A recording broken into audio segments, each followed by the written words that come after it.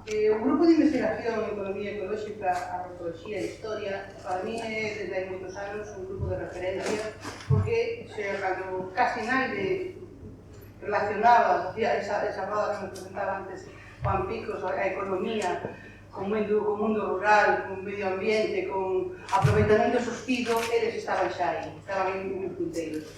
Damián é doutor en Ciencias Económicas por esa universidade e é membro do seu equipo investigador. Ten numerosos traballos, numerosas publicacións, é unha persona moi activa, pode buscalo na rede que aparecen varias cousas súas en nivel periódicos, de xornais, de blogs, etc. E as súas principais liñas de investigación están vinculadas, desde logo, co mundo rural, cos montes veciñais, as enerxías renovables, por lo tanto, creo que nos vai a ser unha persona moi importante nesta valor destas xornadas. Deixo-vos con el, que é deixo escoitar, e o momento de venir para baixo. Ben, bons días a todas e a todos. É para min un grande placer estar aquí nestas jornadas, que eu creo que son de tanto interese e por as que teño que felicitar aos organizadores e agradecer evidentemente o convite. Eu vou a falar de monte, acción colectiva e multifuncionalidade, que son ámbitos, digamos, nos que nos inserimos dentro do noso grupo de investigación, que, como ben dicía Marisa, é de economía ecolóxica, agroecoloxía e historia. E na que estamos aquí ao lado, vou a facer un segundinho simplemente de presentación para que non nos coñeza. Somos un grupo de xente do ámbito da economía, que traballamos principalmente en ámbitos vinculados co mundo rural. Nos sentimos moi cómodos e estamos directamente implicados. Entonces, a nosa web e os contactos por se queredes calquera cousa. Ademais, para mí tamén é un placer estar hoxe aquí, porque me sinto moi ligado tamén a esta facultade desde fai moitos anos. Da miña época de estudante, na que se sentan todos amigos aquí na facultade de Bioloxía, e na que incluso estiven fechado loitando nas loitas da LOU, por exemplo. Bueno, xa pasando esta pequena presentación, vou a falar de monte, vou a falar de acción colectiva, de multifuncionalidade, vou a tratar de introducir algunhas posibles claves que nos consideramos que poden ter interese para tratar de avanzar nestes ámbitos, e na parte final vou a presentar algunhas posibles experiencias, algúns posibles ámbitos de actuación. Experiencias e ámbitos de actuación que, digamos, estamos tratando de analizar, de estudar desde o noso grupo de investigación, xa que unha das principais tarefas que desenvolvemos é análise de manexo, sobre todo colectivo, de agroecosistemas, e neste caso de monte, principalmente vinculados coa acción colectiva, principalmente vinculados con montes veciñais en común e con outras figuras ou ferramentas que poidan existir. E como tamén nos explicou antes Juan, pois Galicia é un territorio que evidentemente é un territorio de monte. Galicia é monte, iso hai que decirlo. E ese monte, como tamén nos explicou xente como Abel Bouyer, que tedes aí a imaxe deste libro tan importante para moita xente, para nós en concreto, pois era a base, a principal suporte do sistema agrario tradicional. Sen o monte non podía haber alimento para o gando, non podía haber fertilización das terras agrarias, temos moi pouca superficie agraria útil, pero a superficie que existe era fornecida pola acción do monte, principalmente a partir do estrume, do aproveitamento do toxo. Sen o monte non había leña, sen o monte non había unha serie de aproveitamentos que eran necesarios para poder manter as poboacións rurais nas áreas nas que estaban inseridas. Entón, bueno, este monte, que durante tanto tempo foi a base do sistema agrario tradicional e que se usou polas comunidades locais e comunidades rurais, pois, como sabedes, de repente chega un momento, que pode ser máis ou menos gradual, no que se racha totalmente esa vinculación entre monte e sector agrario, entre monte e actividade agrícola e gandeira. E no que se introducen unha serie de premisas que tratan de favorecer o aproveitamento do monte desde un punto de vista única e exclusivamente forestalista vinculado con especies de crecemento rápido. Esa lógica, como sabedes, nos leva a moitos problemas que temos actualmente. Pero bueno, neso non vou a entrar, evidentemente. Sí que vou a entrar nas singularidades que temos e que hai que ter en conta a hora de pensar en multifuncionalidade e a hora de pensar en aproveitamentos alternativos.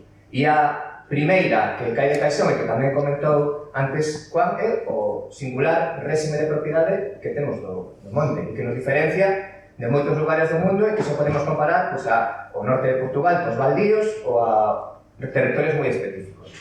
Os montes veciñais en Mancomún, esas perto de 3.000 unidades que xestionan cerca de 700.000 hectáreas de terreo, pois son unhas figuras de propiedade moi diferentes a outras.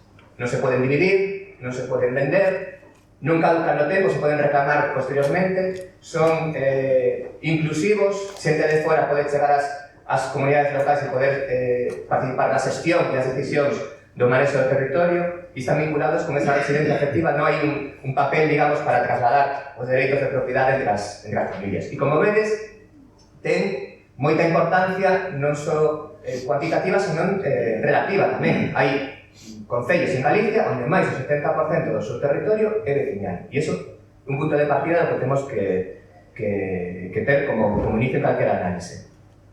Ademais, o manexo tradicional do terreo privado, como se dicía anteriormente, era tan importante tamén para o soporte das actividades agrarias, pois nos fai que exista unha gran parcelación do terreo privado que tivo moita importancia e moito interese no pasado, pero que agora, desgraciadamente, é visto como un problema, ¿no? Pola descoñecemento, pola falta de manexo, pola falta de xestión, que deriva en esas serie de problemáticas socioambientais que xa coñecedes. E todo iso se contextualiza nun momento no que o mundo rural está claramente en crise, está claramente en perigo. Levamos moitas décadas no que, digamos, as tendencias son claramente negativas, pero nos últimos anos incluso se están acentuando.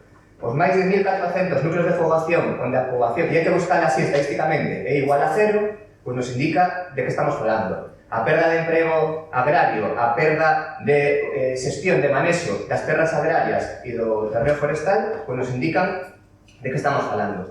E todo iso debulla un cóctel que ten consecuencias sociais, económicas e ambientais. E non hai que decir nada sobre o que aparece en imaxe, sobre os incendios forestais e sobre o contexto tan perigoso e tan incerto no que nos movemos. E hai que decirlo así claramente. Estamos nun momento histórico, ou nos pensamos que isto é así, no que se está pondo en xogo cuestións moi importantes. Estamos pondo en xogo o futuro do mundo rural, estamos pondo en xogo o futuro das propiedades colectivas, está se pondo en xogo o mantemento da vida tradicional das comunidades locais e rurais en Galicia.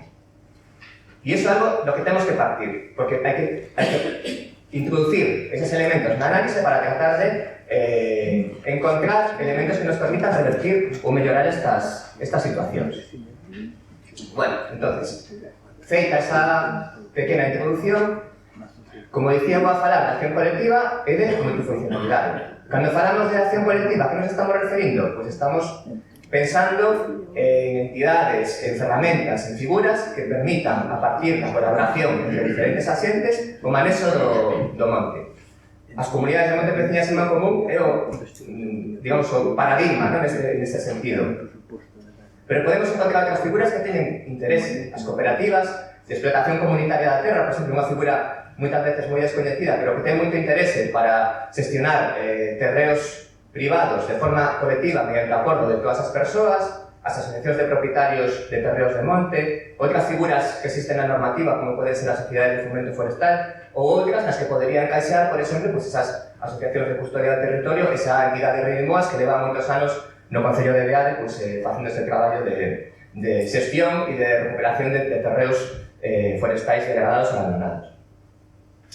E cando falamos de multifuncionalidade, a que nos estamos referindo? Pois estamos pensando en que a hora de entender, de manexear, de relacionarse co monte, hai que ter en conta que existen múltiples funcións que teñen que tratar de coexistir, que teñen que tratar de ter un certo equilibrio. Funcións ecolóxicas, funcións sociais e funcións económicas. E que entre elas ten que haber un proceso, digamos, de diálogo e de non interrupción, non? Ten que haber un proceso no que as actividades culturais, as actividades asociativas, as actividades de lecer poidan convivir co mantemento dos recursos ambientais, co mantemento da biodiversidade e coa xeración de actividade económica tamén para o beneficio das poboacións locais.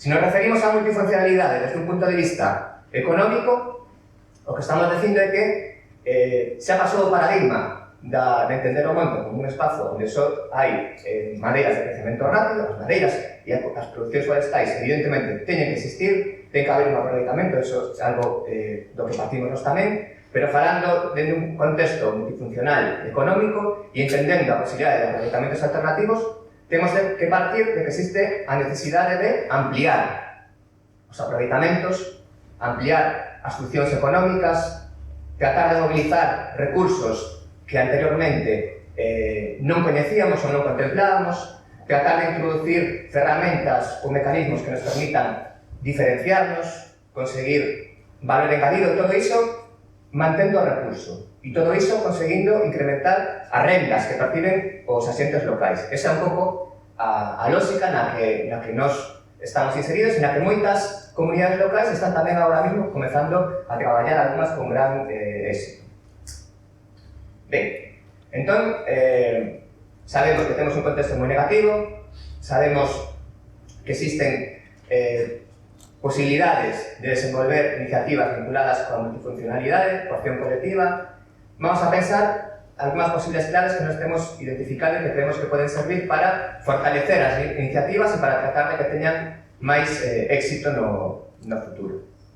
En primeiro lugar, hai que partir tamén de que cando falamos de acción colectiva de multifuncionalidade, en moitos casos non estamos pensando só desde un punto de vista de racionalidade económica. As actividades económicas teñen que ser rendibles, iso é claro, para que se podan manter no tempo. Pero en moitos casos, a acción colectiva, as lógicas das entidades comunitarias, das entidades colectivas, permiten que exista un análise non economicista monetarista convencional, sino que exista a introducción de elementos adicionais que permitan que, cando facemos a discusión e cando tomamos as decisións, teñamos que introducir criterios de rendibilidade social, non económica só, senón social. Nos coñecemos moitos casos de iniciativas que, desde un punto de vista económico convencional, poderían non ser rendibles, pero se introducimos elementos adicionais, pensemos en prevención de incendios, pensemos en manexo do territorio, pensemos en moitas cousas, pois, a nivel da comunidade, sí que ten unha rendibilidade, sí que ten unha lógica e sí que ten, por lo tanto, que manterse esa iniciativa. Vale. Bueno, entón, posibles claves. Primeiro, fundamental, en calquera análise multifuncional, temos que recoñecer, interiorizar, asumir cales son os nosos recursos propios, cales son os nosos recursos endóxenos, todos os recursos, teñan valor de mercado ou non teñan valor de mercado, para introducirlo na nosa ecuación de análise, de manexo e de xestión do noso territorio. Unha vez que os coñecemos, temos que utilizar calquer decisión que llevemos a cabo ten que servir para mantelos no tempo. Se os recoñecemos, temos que tratar de que non se esgoten, de que non desaparezcan. Temos que coñecer o contexto, ese contexto tan negativo que decía a nivel socioeconómico, a nivel das normativas, incluso en moitos casos, para poder entender as posibilidades e os límites que temos, que en moitos casos hai que tratar de cambiar. Unha vez coñecidas os recursos, temos que tratar de desenvolver estrategias que nos permitan, pois, non só producir bens e servizos, senón producir bens e servizos diferenciados, que teñan calidade intrínseca, que se puedan tratar de conseguir maiores valores engadidos. Eso, digamos, sería o ABC en calquera estrategia multifuncional. E nese sentido, xa se comentou aquí anteriormente, a comercialización e a difusión e divulgación son, digamos, puntos de partida fundamentais, ¿no? Hai que tratar de apostar por estrategias de comercialización que aposten polos circuitos curtos, pola venta local directa, por establecemento de nesas novas relacións que comezan a aparecer entre o mundo urbano e o mundo rural. Aí hai moitos ámbitos, moitos nichos onde, dentro das comunidades rurais e locais, onde eu me estou situando, podemos tratar de buscar oportunidades e visibilizarnos, porque moitas veces as iniciativas que desenvolvemos, que poden ser moi interesantes, porque pode haber produtos ou servicios relevantes, pois non chegan ao grosso da xente. Ademais, temos que tratar, dentro da nosa lógica da multifuncionalidade, apostar por estrategias productivas de minimización de custes. Non estamos falando de grandes inventos, non estamos falando de grandes investimentos, estamos falando de utilizar a racionalidade, incluso en moitos casos tradicional, o coñecemento local, e darlle unha volta para adaptarse ao novo contexto que temos actualmente. E nese sentido, hai que tratar de establecer sinerxias, economías de escala, relacións con outros axentes, con outras entidades, con outros individuos que nos permitan fortalecernos, apostando por eso, como decía, por esa calidade certificada en algúns casos, incluso por marcas propias, como existen exemplos que ides a coñecer nestas jornadas. E eu digo máis, e aquí tamén o comentou antes Juan, a procura incluso, a búsqueda, a tratar de encontrar incluso mecanismos alternativos de financiamento que pueden existir e que de feito existen e se están desenvolvendo a partir incluso da acción colectiva en algúns casos. Bueno, entón, xa avanzando, dentro da lógica do establecemento de iniciativas multifuncionais a activación colectiva de aproveitamentos alternativos, pues temos que partir do recoñecemento deses recursos endóxenos. Unha vez que os interiorizamos, temos que tratar de diseñar estrategias que permitan aproveitalo de maneira sustentable ao longo do tempo e implementar estrategias a maiores que permitan, por que non, xerar rendas dese conxunto de recursos que temos localizados. Vale? Entón, ese sería o punto de partida.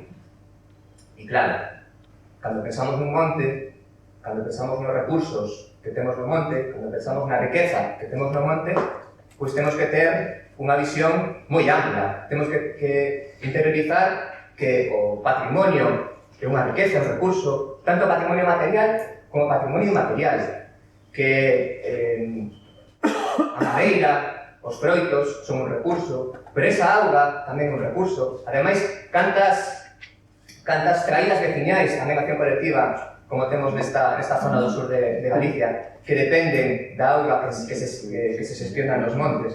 Como existe, por exemplo, aquí cerca un conflito importante que sabedes aí en Tameiramos con este tema. Temos que saber que o monte tamén é un lugar onde se está producindo enerxía, onde se está producindo incluso electricidade, e onde está vendo recursos, usos, funcións que fai 20, 30 anos non existían, porque os recursos van mudando tamén ao longo do tempo, e iso temos que interiorizar. Vale, entonces, ahora, de pensar no monte, temos que pensar de maneira moi ampla, e poderíamos engadir aí moitísimos cadriños, moitísimas imaxes máis que nos permitisen tratar de entender a riqueza e a diversidade que temos vinculada co monte. Bueno, entón vou a presentar de maneira breve, porque tampouco temos moito tempo, pois algúns posibles ámbitos, algúns posibles exemplos de iniciativas que se están desenvolvendo a partir da acción colectiva e que podemos nos, desde o noso punto de vista, ligar coa multifuncionalidade. Vou a falar principalmente de iniciativas de ámbito máis económico, que é o ámbito principal no que me movo, pero bueno, vou a comentar algo tamén do uso ambiental ecolóxico e do uso social e cultural. Bueno, desto non vou a falar case nada, porque ademais hai aquí exemplos de grande relevancia que van a falar posteriormente, pero eu creo que hai que decir de forma clara que en Galicia agora mesmo existen iniciativas moi interesantes que dentro da lógica da función ecolóxica, da función ambiental, están desenvolvendo estrategias de conservación moi interesantes, desenvolvendo proxectos para a recuperación de hábitats, para a recuperación de especies endémicas como a queulosa, como o cerro blanco, que están apostando incluso pola protección privada, desenvolvida directamente polas entidades colectivas de espacios que consideran de interés ambiental e que sale esa iniciativa da propia comunidade local. Incluso temos que saber, como nos van a presentar aquí posteriormente, que existen exemplos de experiencias que están sendo reconhecidas a nivel internacional, como é o caso de TES, que nos falará posteriormente, ¿no? Esa isla, junto con outras que temos, a de Froxán, a do Covelo, a de Couso, que tamén nos van a presentar aquí, e que son exemplos que están saindo da esfera galega para ser reconhecidos a nivel internacional, e iso é algo que temos que poñer en valor. dos usos sociais e culturais, que vou decir, estando ademais en Vigo, estando aquí a xente da Mancomunidade de Montes de Vigo, estando a xente da área do Valmiñor, onde hai moitísimas iniciativas vinculadas cos usos sociais e culturais, co lecer e coas actividades de deportes, etc., vinculados co monte. Hai moitísimos exemplos para nomear. Incluso hai entidades que digamos, dan un chanzo máis alá e recollen todo o que é o patrimonio material e o patrimonio inmaterial directamente para que quede aí recollido e para que toda a xente que teña interese poida coñecelo, como é o caso de aquí dos veciños de Vinces con o seu proxecto das cartografías sensibles. Pero bueno, te vou a falar de iniciativas económicas, iniciativas que teñen máis con valor de mercado.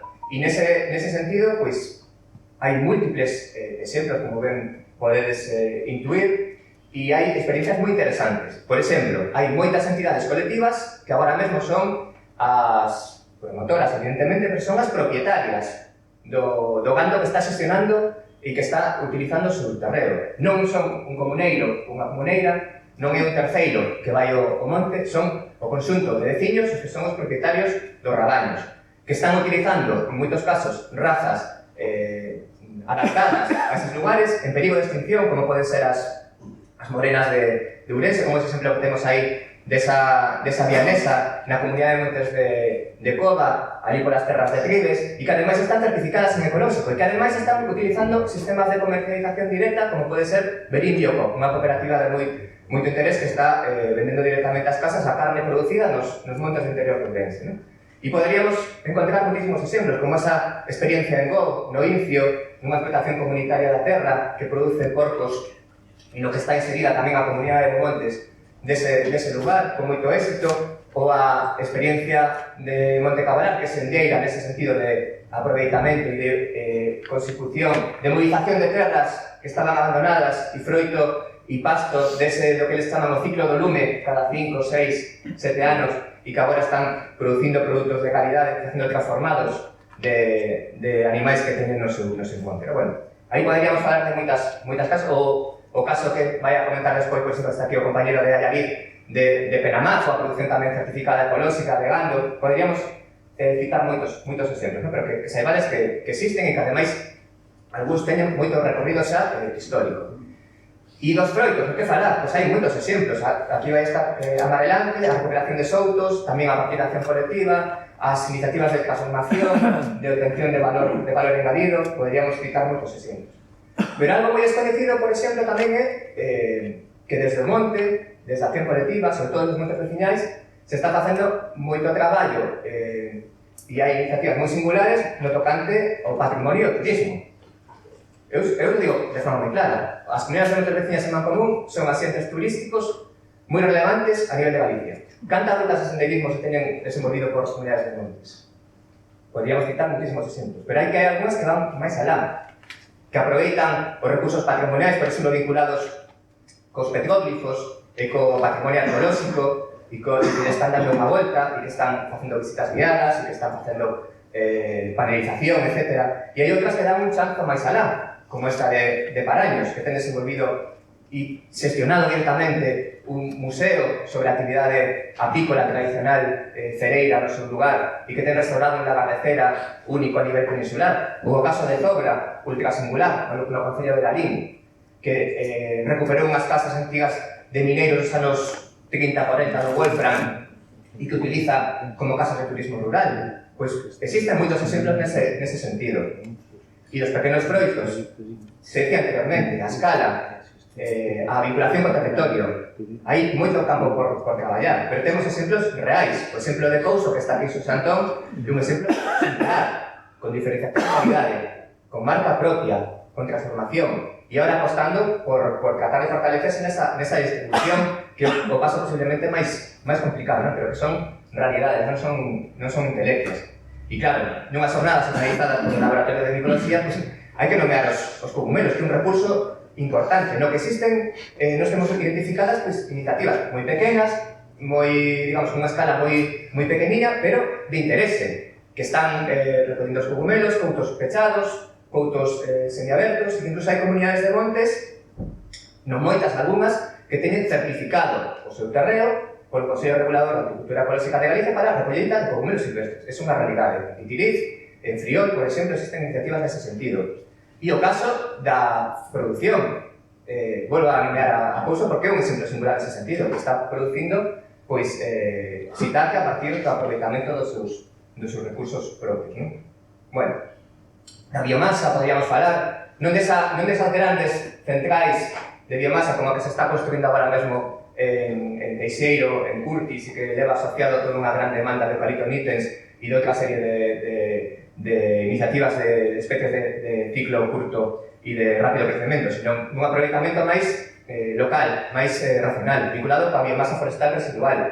Aí podemos citar moitos exemplos, o de Sinfo en Pontareas, o de Coruxo, moi singular, tamén co seu punto verde, aquí no Concello de Vigo, e incluso a compostaxe. O caso de que non sai directamente unha comunidade de montes, pero que ten unha reacción simbiótica con ela, de Abonos Lourido, en Remorechán en Crecente, que leva cerca de 20 anos producindo compost a partir de toxo e sobrevivindo económicamente gracias a esa actividade, e ademais establecer unha reacción simbiótica coas comunidades, porque fai destroces gratuitos, consigue materia prima de balde, pois é digno de mencionar, non? E poderíamos seguir tirando do fío e encontrando moitos exemplos en moitos ámbitos nos que non nomeei, a resina, as plantas, os novos cultivos que poden existir no monte, incluso, porque non, nos o decimos sempre, novos aproveitamentos, porque, desgraciadamente, a día de hoxe, o marco normativo incluso impide que as comunidades locais poidan gestionar recursos propios. E un exemplo que nos coñecemos de forma moi clara e evidente é a cuestión da enerxía eólica. As comunidades locais, as comunidades de montes, os veciños non se poden organizar para desenvolver parques eólicos como se acontece no norte de Europa, en Dinamarca, en Alemania, en Estados Unidos, en Canadá, ou en calquera case recurso que podamos buscar polo mundo. Entón, que temos que entender o monte de unha maneira moi ampla, que temos que entender que existen ferramentas e mecanismos para tratar de desenvolver iniciativas multifuncionais que xa de facto se están desenvolvendo con éxito en moitos lugares de Galicia e que nos creemos que identificalas, que coñecelas, ten interese para poder non replicalas, porque nunca é posible facer un traslado de un lugar a outro, pero para poder aprender delas e para poder tratar de que se diseminen e se incrementen e abromen como cogumelos polos montes de todo o territorio galego. E pola miña parte nada máis, moitas gracias pola vosa atención.